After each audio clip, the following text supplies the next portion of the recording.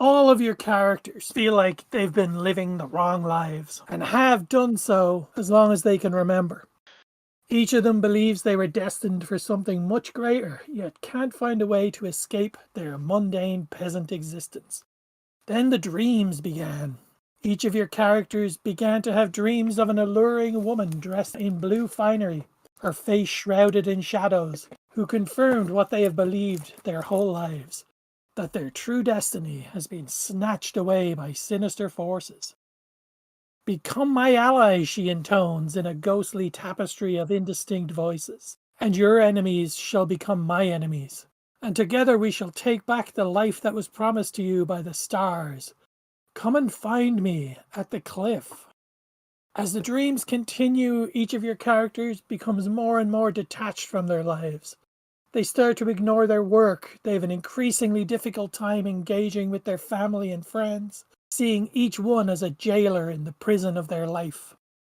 Finally, the dreams become a mandate, and your characters leave home and follow the visions of their dreams, hoping to discover the mysterious cliff they saw the woman standing before.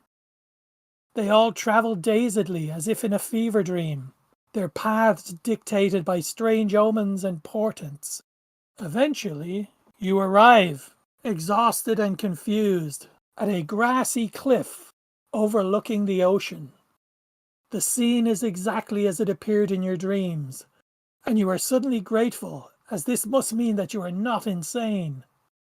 There at the edge of the cliff is the woman who has haunted your dreams for months, standing behind a long table, incongruously set for a banquet here in this wild place. The woman stands nearly 7 feet tall, wearing tattered finery of deepest blue, and for the first time you see her face. Somehow her head is that of a statue of a woman. Her features are inanimate and softened, as if rain and wind have eroded the statue's head over time. In her left hand she holds 2 severed human heads by the hair. In her right hand she holds 3. As you approach, she holds all 5 up as if to greet you with their dead faces. Then their dead eyes open, and the 5 heads speak to you in unison, each in their own voice. Welcome, brave friends. I know you have many questions, but let them wait for now. I know you must be exhausted from your journey. Sit, eat, and rest. All of your questions shall be answered this day. Laid out before you is an elaborate spread of meat, bread, cheese, vegetables, and wine. You are all welcome to sit and eat, and probably as good a time as any to introduce your characters. Oh, okay. You see Charlotte, who is a hunter, and next to her is Belinda, who is a dwarven stonemason. They have an empty flask. Is there booze on the table? Yes, wine. Belinda would fill her flask with wine. It's no longer empty. Gina, the indentured servant with a small hammer, and Kathy, the cheesemaker, Nice. with some stinky cheese. She has stinky cheese. Yep. That's wonderful. I've got George the tax collector, Gertie the parsnip farmer, Giles the rutabaga farmer, and Giddy the elven forester. The most interesting thing is that George somehow has himself a longsword. Not really sure how that happened, but there you got it. He's also filthy rich. He's got 135 copper pieces to his name. Whoa. Jeez. That's quite a start. Well, I have Bartholomew the astrologer, who apparently also dabbles in some thieving because he's got some thieves' tools and a spyglass. He's carrying a dagger. And I have Deirdre, who is the halfling glove maker. And for some reason, she has a crowbar. I don't really know why she has a crowbar, but she has 4 pairs of gloves if anybody, wants to look pretty. And she has an awl, which can be used as a dagger. Then we have Margot the weaver, and she has a fine suit of clothes, which I would guess she is carrying and is wearing an equally fine set of clothes, but she's got an extra set. And she has a dagger. I'm just guessing. I'm making that up. If I'm wrong, I'm wrong. Tell me. And she also has a candle, so if anybody's got matches, she could probably light the way somewhere. Also has a dagger. And then we have Nigel, the turnip farmer, And Nigel has a duck. You always have a duck, don't you? Yes, Yep. yes. Nigel has a duck. The duck's name is Silas. Silas the duck. And he's just kind of a large white duck, and he causes no trouble. And he also has a sack, a large sack, which, with the permission of the people before him, he would like to put some food in. That's okay. He also has a pitchfork. Oh, that comes in handy. Yep. A dwarf who abruptly introduces himself as Pick Minerton, very awkwardly though, loud and awkwardly. I'm Pick Minerton, and then just doesn't respond to anybody else until he starts just shoving food in his face. Then you see human Weaver Quilterson. So he's got a sorted past. Then you see Smuggler, Sneaky McHidey Pants, because he likes to hide things in his pants. He actually has a sack as well, and he's going to start putting things in his sack in his pants. So it's going to look a little weird, but that's what he does. And then the Elven Artisan, Bob the Accountant. And he did opt to change his name to Bob the Accountant because he wants to corner the market. So it's a long game. But yeah, that's what you see down there. All right. Some actual trades this time around. Let's see if they come in useful. So, when you all have eaten your fill, the woman in blue addresses you with her assortment of heads. Thank you, friends, for taking the dangerous journey to be here today. I know each of you, your minds and your hearts, and yet I must keep my identity veiled. If I were even to think my true name, it would instantly be sensed by our enemies, and they would race here to break our fellowship and confound our plans. Please let me be known to you as the Lady in Blue. Trust that I am a friend, and not one that would mislead you. Know this. Our enemies, who are indeed the enemies of all right-thinking people of this world, have kept you from living the lives you were meant to live. Each of you was born under the wrong stars, a misfortune fostered upon you by our enemies. But I wish to be your ally. I can set this misfortune right. If you wish to have me for an ally, I ask just this, that tonight, when the full moon reaches the top of the sky, you step off this cliff and onto an invisible bridge that does not yet exist, but shall exist tonight. This bridge will take you on a long journey across the ocean. This journey will be difficult, and some of you may not live to see its end. But those who do shall find the hole in the sky, a porthole to another world. That world is a prison, and its warden is a titan, a fierce creature that cannot be slain by mortal means. This titan keeps a prisoner in a cage of alderwood. Its prisoner is our ally, and to say her name aloud would give my presence away to our enemies. At this, the Lady in Blue takes a cup of wine from the banquet table and carefully pours it there on the dusty ground. For a moment you see a word written there, Drezta, D-R-E-Z-Z-T-A. A moment later, a mass of beetles bubble up from the earth and devour the word. An instant later they disappear, leaving only bare grass. Never speak the name aloud, friends. I would ask that you take this bridge tonight under the full moon to the hole in the sky. Free our ally. Those who do shall be my trusted friends, and I shall set the stars right with this. The Lady in Blue gestures, and you hear an immense tearing noise, as if the spinning of the world was grinding to a halt. Incredibly, a seam opens in the morning sky, and you are looking through it into another world, where a massive black monolith is the epicenter of what seems like the mother of all storms. The wind blows so hard you are all shoved back several feet, almost to the edge of the cliff. As your eyes adjust, you see that the monolith is actually the edge of an immense black wheel. The wheel turns slowly and seems to be made of the night sky itself.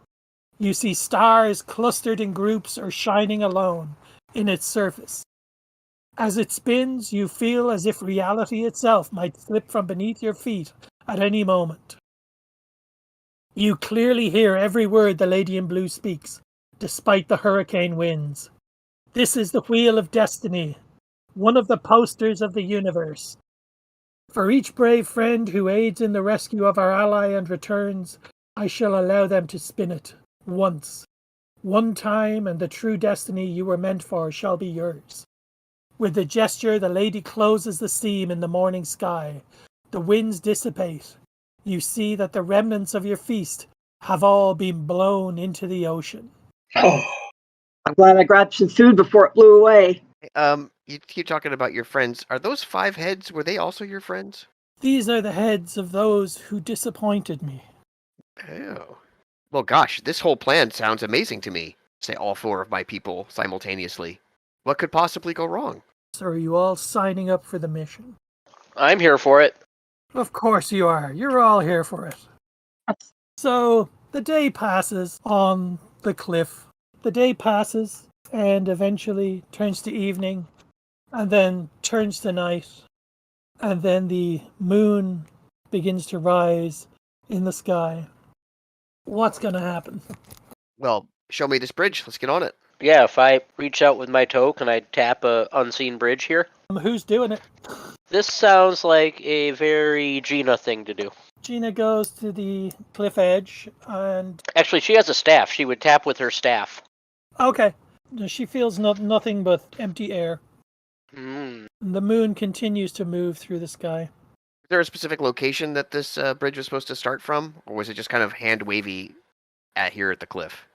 She didn't specify. She said when the full moon reaches the top of the sky, step off that cliff onto an invisible bridge that does not yet exist. Okay. Man, Okay, so we are so connected with nature. We're going to know when the moon is at the top of the sky. So we wait Oh till yeah, the moon's at the top of is the it sky. midnight? Or has the moon reached its zenith yet? Yes, the moon is now at its zenith, All right. and it fills the sky, and the cliff probably maybe 100 feet wide from where you're standing. You're just standing on this expanse of grassland at the top of this cliff. this sounds like a job for Silas the Duck. I was going to say, I have a mule and a duck. It's time to throw them out. It's okay, Damon. I will sacrifice Silas the Duck. All right, He's do it. gonna- Yeah, all right. So let's kind of push Silas out on the cliff and find out whether we got a bridge or not. I'll tell you what, roll me a d20. E20. Okay, here we go. If it's 1 to 10, your duck There we go. flies. Okay, it's a 7. Yes. ooh. Silas the duck drops about 6 inches and then just flies away. Oh, And then returns back to the cliff and starts nibbling at the grass. I've got a mule. I lead the mule and push him over the cliff. the drastic times. This is Giles, the rutabaga farmer. You just get Damon would never do that, but Giles the rutabaga farmer clearly will. This is Okay, about destiny. Nothing's going to stand in the way of Giles' destiny. whereabouts on the cliff would you say you are? Right in the center. Okay, right on the center, under the moon. Give me give me a d20 roll. That's Alright. not bad. You push forward the mule, Mm-hmm. and it goes falling through space for about 4 feet, and then just lands on its legs, on all four of its hooves, Oh, excellent. just standing, apparently in midair on nothing. All right. Giles follows good. the lead of the mule. As do we all. And yeah, all my other characters. Yep. Down we go. You all find yourselves standing seemingly in midair, about 300 feet above the crashing waves below. But what feels beneath your feet like stone cobbles, but you see absolutely nothing. Okay, yep. Hurry along. Keep moving. Moon's not going to be up there all night. Who's taking the lead? Oh, well, we'll say Giles and their mule. Okay, so Giles is going in front. Oh, yeah. He's going to lead the party for the rest of the journey. Well, on this bridge anyway, sure. Yeah, with the mule. The mule is, I assume, taking point. Yes. Oh, wow, what a poor beast. Wow. Just sheer animal abuse here. Okay, so the first day, you continue walking. First day? Yeah, That's a long bridge. you're walking for like 12 hours. Along an invisible bridge? You're just literally walking over the ocean. Yeah. Holy crap. Okay. You feel like you're walking on an old stone bridge. And it's got a slight rise to it. And after about 12 hours, You think the bridge has risen to a height of about half a mile over the surface of the ocean below. Oh, wow. And dawn has broken, and the day is sunny, but the air is quite cold at that height. And you see land in no direction, neither in front of you or behind you. Wow. Okay. What say Giles and his mule? You continue marching? I mean, where else can we go? Yeah. Okay. So you keep marching on just for hours and hours, and the day becomes evening, then turns to night, and then the night turns to dawn again. And by midday on the second day, it begins to rain. And by late afternoon, the rain has become a storm. Right. And I need every character to make a luck check here. Oh my god, you've got to be Fail kidding is me. below column or above. Above. So if you go above your luck, you're screwed. I rolled 2 20s. Well done, 220. Yeah, I rolled a Yeah. 20. I gotta do another one. My other ones are passes, but I rolled 2 20s. Those are failures. So who has failed on you, Damon? That would be Giles with the mule, and also Gertie the parsnip farmer with my duck. So my animal handlers. For me, Charlotte and Belinda failed. How about you, Garrett? I'm clean. Yeah, but yeah, all four of mine made it. Bartholomew failed. Just Bartholomew? Bartholomew, everybody else did pretty well. Okay. A ferocious gust of wind crosses the bridge, lifting Charlotte and Belinda, Gertie and Giles and Bartholomew off the bridge and over the edge. Each of those characters must make a DC 10 reflex save. Okay. Let's start with Charlotte, Cam. Okay, so that's 1d20 minus 2 -2. for an 8 fail. Okay. Charlotte grasps desperately for the invisible side of the bridge, but doesn't find a handhold and is just carried away by the wind and falls screaming to her death. Oh no. Goodbye, Charlotte. She was my favorite too. Right? You want me to do Belinda as long as I'm right here? Yep. Okay. 1d20 plus 2. Fail. Oh, While Charlotte was blindly clawing for the side of the bridge, she also just grabbed onto Belinda's leg and pulled her. Yanked her helplessly over. Oh down. man. Oh, brutal. So, what are we in? Brutal. I think we are, 15 minutes in? Here we go. Damon, Gertie and her duck. all right. This is. I'm sorry. Was it This a is reflex? a reflex Okay. save, yep.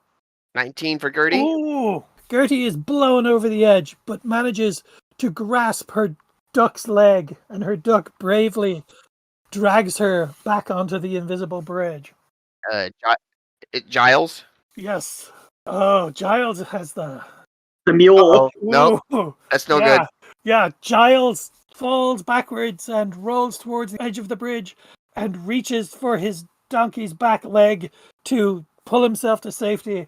And the mule just kicks him in the head and sends him senselessly All right. down to the ocean waves. We get the mule now, right?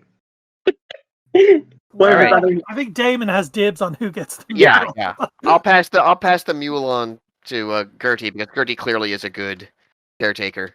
All right, and finally Bartholomew is also Okay, yeah. carried by the wind. Okay, so that would be D20 plus 1. Ooh. Let's have a look. 4. Bartholomew careens from the bridge and falls screaming to the waves half a mile below. Oh, it's a good thing he didn't have any animals. 4 down, 15 minutes in. Let's Nice. keep going. And we're still in the middle. We're still on the bridge in the middle of nowhere. Yes. Yes. Okay. It's cold and miserable, and the rain just continues to slick down and the wind continues to blow. But you all manage to just clasp on your hands and knees on this invisible bridge and cling to it. Wonder Woman's bridge. And you last throughout the night. And then finally dawn arrives on the third day.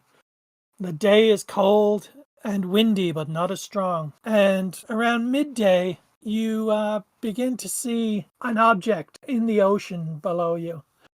And as you draw closer, you can see that it's the wreck of a ship. just an enormous ship. And you hear these shrieks and cries come from it. And as you find yourselves walking directly over this shipwreck, you begin to see these birds leave the ship and begin to fly up towards you. And these are just like hideous looking birds. There's about 7 of them, but they're just bird-like. They're Harpies. warty and odious looking creatures. And they all come flying up towards you, and they look like they are hungry for flesh. And so we are going to need a roll for initiative here. Can we just feed them the mule and the ducks? They want everything. Oh my god. Oh, damn it. We didn't keep any of the body. Wait, no, I guess we kept one of the bodies. We kept one of your guys' Damon. Damn. We promised ourselves we were going to hang on to the bodies. But the bodies flew over the edge. I know. You can't hang on to a body that... Yeah. Those things are awesome. What are the size of these things? Can we see? They are approximately the size of a man, maybe a little bit larger, maybe 6-7 feet, maybe a 10-foot wingspan. 4 is the initiative, yeah. Okay. 6 here. And Garrett? I have a 2. Boy, we rolled really poorly. Yeah, that's like really bad. And these shrikes have no initiative modifier. Ooh, 16. We're definitely going to have you off the hook by 9 o'clock here. 4, 5, 6, 7, 8, 11, 12. I can't believe you people. You left me 12 characters. I can roll a d12, and that's how I'm going to do it. I'm just going to roll a d12, and we've got seven shrike attacks coming in. I'm just going to roll and see who's going first. Number 10 is Weaver. Okay. So I've got one coming in here, and it's going to be a d20. Okay, less than a 9. One shrike sweeps in at Weaver and Less attempts than a 9. to snap at it with its massive beak. For a No! 14. Yep, that's an ouchie. So it snaps it in its beak and nips him, doing just one hit point of damage. Thank you. Got it, thank you. Second shrike comes in and goes for Gertie. Again, snapping with its beak. Oh, shit. Okay. Oh, I wasn't expecting a nat 20. I need the crit table. I need the monster crit table. No, you don't. It kills Gina. That's...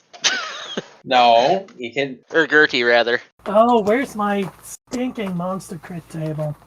Oh, crit table dragons, devils and demons, undead, monsters. Okay.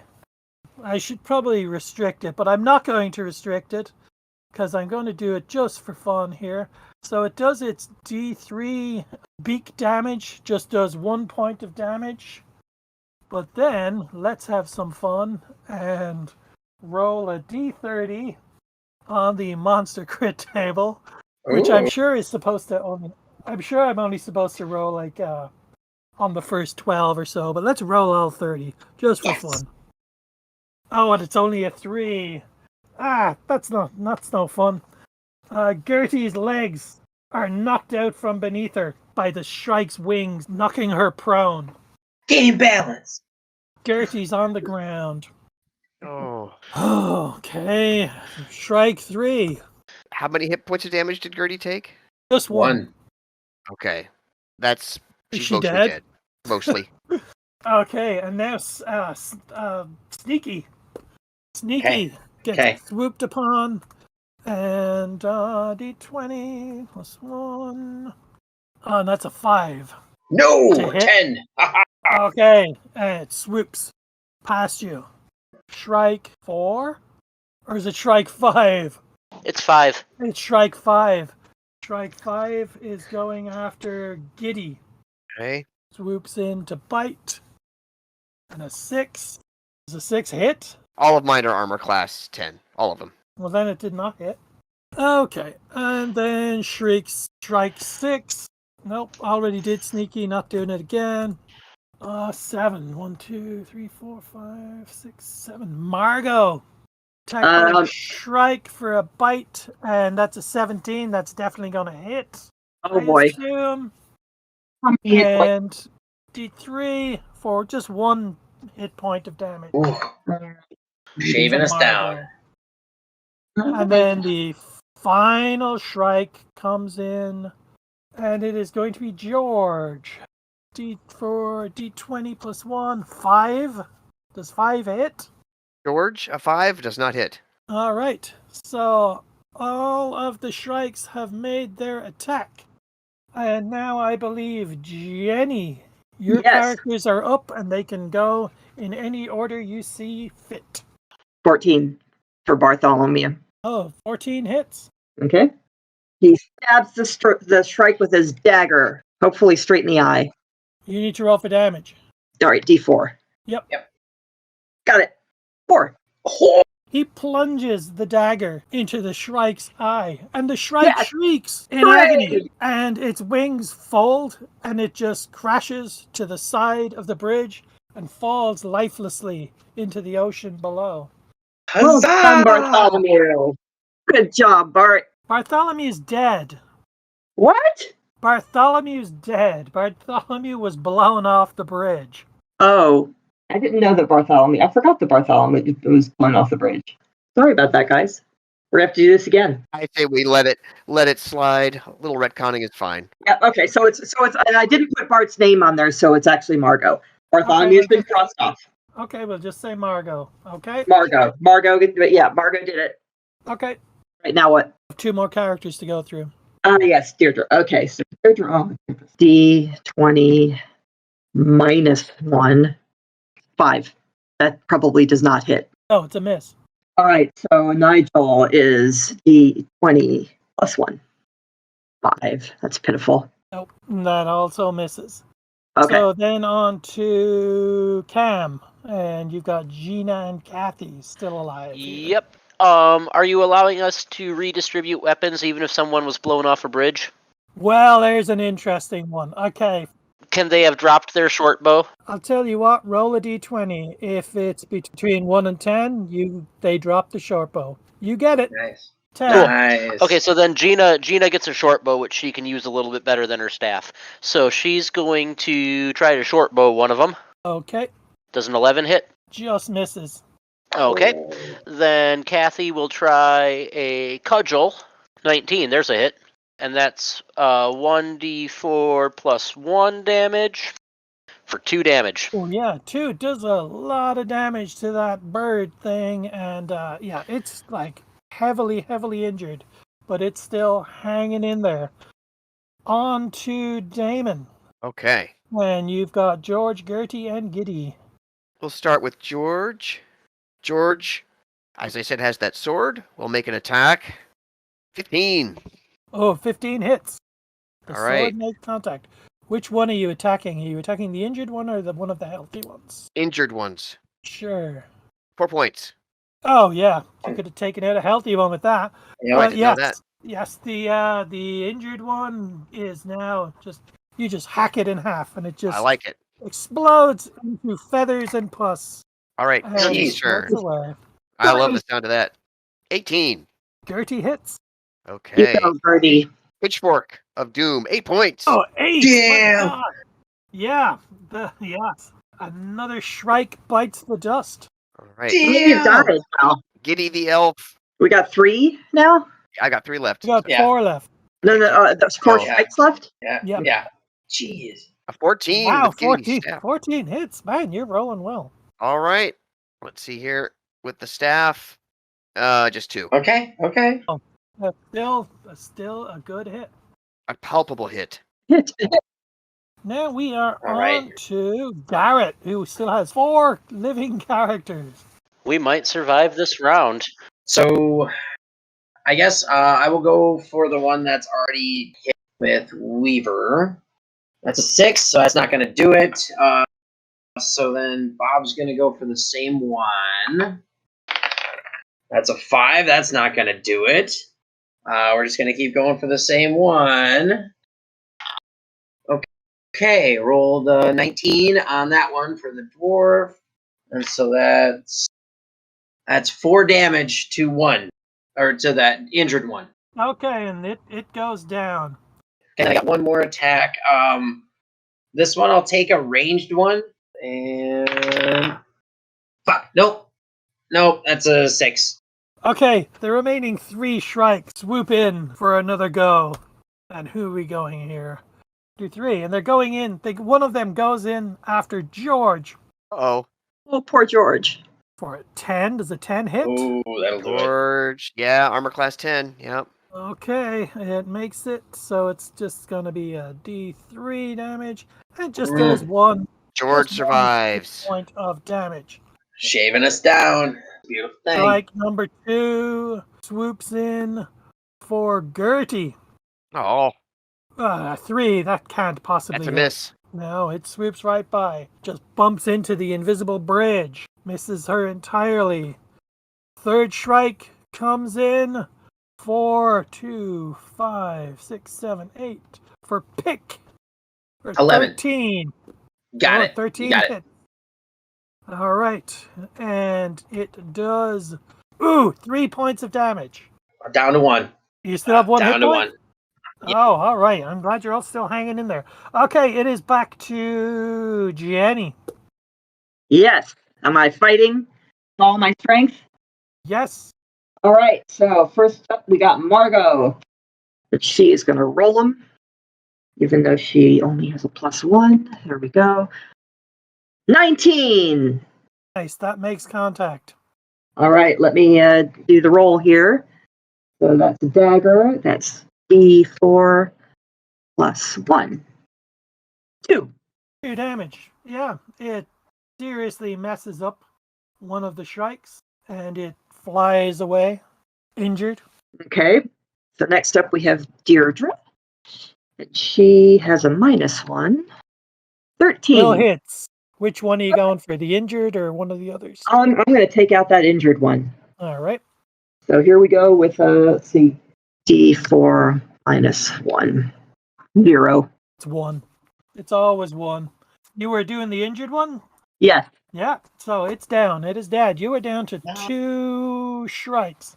And I believe you still have 1 character going here. All right, here we go with Nigel. Nigel's going to use his mighty pitchfork, and not as a spear, as a kind of a, he's holding on to it. Yep. And that'll be a +1. 2. Ducks. Misses. That was weak. All right, Cam. Okay, good old Gina is going to try that short bow one more time.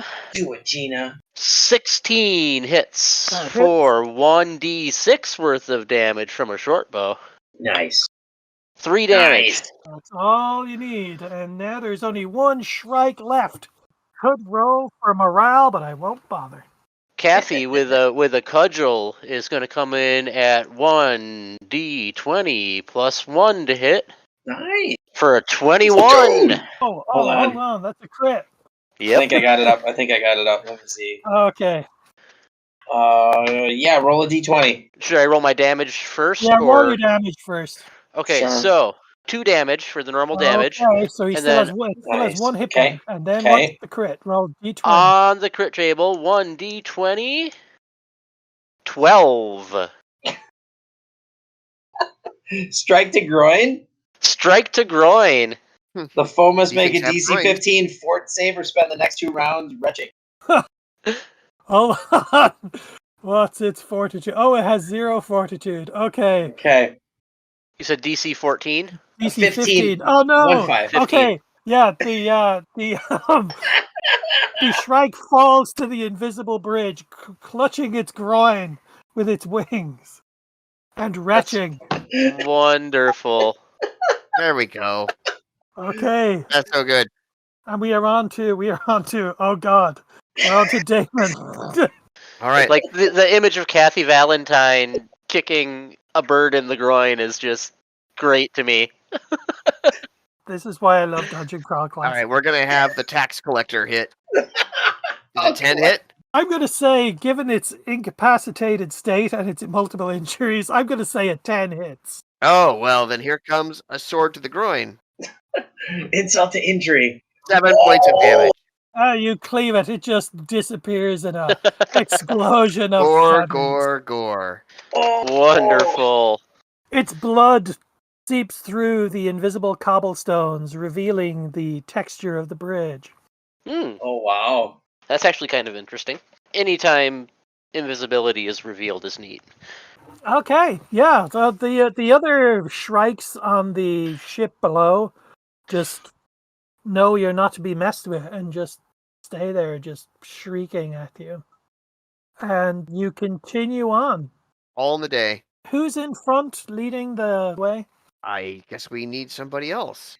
Pick's gonna take the nose, and then Sneaky's gonna go behind him because Pick's got some reflexes. Sneaky's gonna be behind him or at the back of everyone? No, he's gonna be with like point team alpha. Oh, okay. Because one's got a sling, and actually, then I guess Pick's gonna talk with the bow lady who's and be like, all right, keep an eye out. We gotta if the other stuff's coming at us, we'll see if we can get some shots at it before it comes in. All right, people, let's go. Project Hole in the Sky. Woo-woo! And then Pick's gonna head on out, leading the way at his speed, which is 20. So everybody's got to leisurely follow behind. We got to, or we could just leave you behind. He tries it. Let me have a look roll from Pick. From Pick, there we go. 21. 21? I rolled a 21. Yeah. Do I have to? Is it supposed to roll under it or above my luck? It's supposed to be under. Damn it! At That's or above. under That's your above. luck. That's above. So Your you luck fail, is 'cause you got a 17. 20. Yeah. It was You wrong. rolled a 19, yeah. You Yeah, still it was- fail. Oh, Yeah. okay. Yeah. Yeah, Pick is leading the way, and all of a sudden, the reassuring invisible cobblestones he was feeling under his feet give way to just air, and he plunges forward. Ooh, And I need a DC 13 reflex save from Pick. That's when a 19 comes in handy. So that's a 22. Oh, all right. wow, Yeah. all right, yeah. You manage to grasp onto Sneaky's leg, and Pick manages to pull himself to safety. And as Sneaky is dragging Pick back onto the bridge, you all begin to hear a strange humming noise somewhere in the distance in front of you. And you notice an odd shimmer of air off on the horizon, and a 15-foot diameter window surrounded by crackling blue fingers of energy begins to tear itself in the sky in front of you. Through the tear, you can clearly see the magenta sky of what appears to be another world. And slowly, the hole in the sky draws closer and closer until it appears to reach the end of your bridge.